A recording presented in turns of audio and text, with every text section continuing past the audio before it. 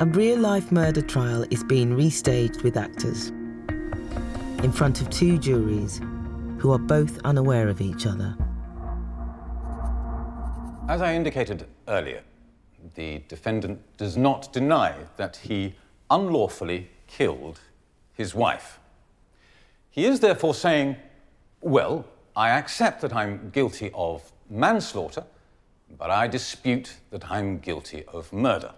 Now, the law does provide what's known as a partial defence to murder, which is described as loss of control. The defence are likely to argue that loss of control does apply. A bit about Helen Rysdale. At the time of her death, she was a 34-year-old mother of three. She'd had previous relationships, and at the time of the killing, her three children, in fact, lived with their respective fathers, although they regularly visited her at her home. The defendant, at the time, a 39-year-old father of two from a previous relationship. His two children lived with their mother, but used to stay with the defendant each weekend. As part of the prosecution's evidence, witness statements are read out in court. 3:15, I was standing outside my kitchen porch when I heard what sounded like a glass smashing outside in the back garden. Seconds later, I heard a louder crash. Between the two smashes, I heard someone making a dull "oh" sound, as if someone was in pain.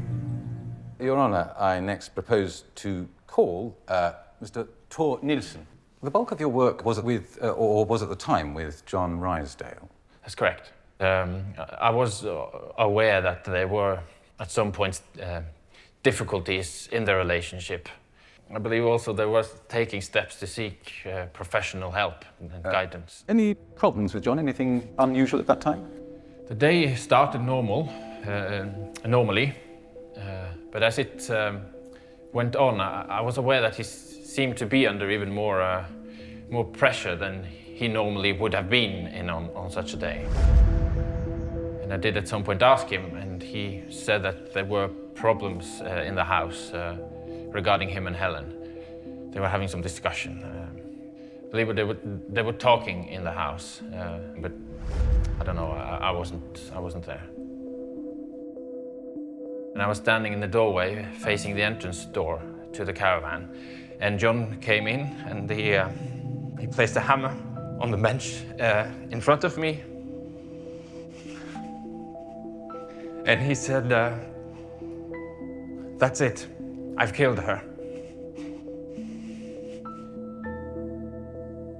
Describe what you could see. It had blood and also some black hair on it, and I was left very confused. And I thought this was all some kind of a joke, but slowly I came to the realization that what he told me was the truth. He said, "I don't want her to live." Yeah, there you go. There you go. Yeah. That's very condemning. But is that against her or is it for her? What are you saying, because she was so wounded? Could have been an act of sympathy. Do you know what I'm saying? Seeing John, like, he's made no eye contact, he's like, his head down, like, I just don't think he's holding himself very well. But yeah, there's a lot for me to go home and think about tonight. And like, it's this whole loss of control element that I'm struggling with. That's what I've got to mull over.